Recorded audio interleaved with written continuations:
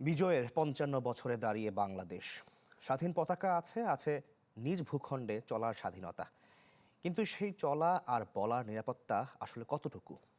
সরকার আসে, সরকার যায়, কিন্তু রাষ্ট্র হয়ে ওঠে না গণমানুষের, গণ অধিকারের। আর তাই তো এখনও ছাত্র জনতার রক্তে রঞ্জিত হয় সবুজ বাংলার জমিন। গণতন্ত্র ও সুশাসনের আকাঙ্ক্ষাটাও অধরা রয়ে গেছে রাজনৈতিক দুর্বৃত্তায়নের কাছে।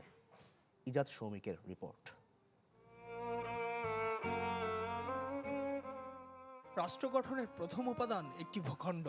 ৭১-এর রক্তের বিনিময়ে যেটি নিশ্চিত করেছেন বাংলার পূর্বপুরুষেরা। এ জনপদে শাসন আর সার্বভৌমত্ব রক্ষায় নানা সরকার এসেছে, কেউ রাজনৈতিক দল থেকে, কেউ সরাসরি উর্দি পড়ে, আর কেউ বা আড়ালে থেকে। কিন্তু স্বাধীনতার অর্ধ শতাব্দী পেরিয়ে গেল, শাসকরা কতটুকু পূরণ করতে পেরেছে নাগরিকের অধিকার? নির্বাচনের পরবর্তী সময়ে তারপরে তারা কতটুকু আসলে জনগণের কাছে আসেন, এটা একটা কোশ্চেনেবল বিষয়। তারা এমনভাবে সিস্টেমটা তৈরি করেছে যে সিস্টেমে তাদের জবাবদিহিতা যে করবো এই ওয়েটাই নাই। রাজনৈতিক অনেক সংকট আছে, এখনো আমরা অনেক সংকটকালীন মুহূর্ত পার করছি, তবে আমরা আশাবাদী সামনে ভালো কিছু হোক।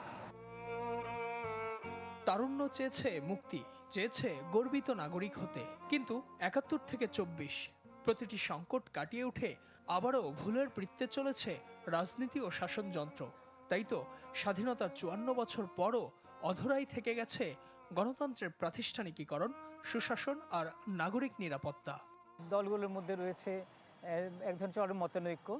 ফলে আমরা দেখেছি যে রাজনৈতিক সংস্কৃতি হয়েছে সাংঘর্ষিক সংস্কৃতি। ফলে তারা মনে করে যে দলটি ক্ষমতা এসছে তারা তাদের ক্ষমতাকে দীর্ঘায়িত করতে চায়।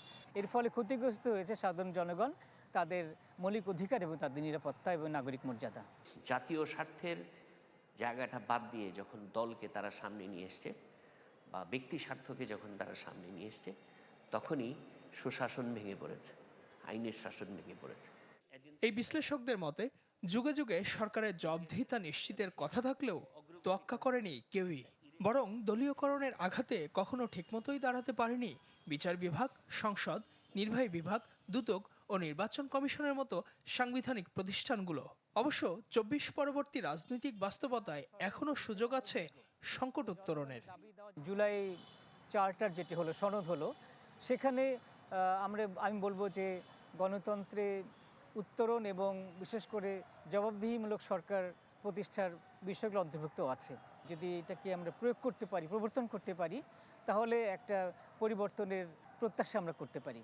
একটা কোয়ালিটি রাজনৈতিক দলের দরকার এখন এই মুহূর্তে, যারা এই আধুনিক দুনিয়াকে বুঝতে পারে। আধুনিক দুনিয়া, আপনার ভিশন থাকবে গ্লোবাল, কাজ করবেন লোকালি। ৫৪ পেরিয়ে ৫৫তম বিজয়ে বাংলাদেশ। সমকালীন ইতিহাসের পথ ধরে যে নতুন জয় এসেছে বাংলার দুয়ারে, তা এখনো আঁকতে পারেনি কাঙ্ক্ষিত ভয়ডরহীন রাষ্ট্রের প্রতিচ্ছবি। তাহলে আর কত আত্মত্যাগের গল্প লিখলে মিলবে সত্যিকারের বিজয়ের স্বাদ? সেই ভাবনাগুলোই ধ্বনিত হয় নাগরিক মনে। ইজাজ সৌমিক, চ্যানেল 24, ঢাকা।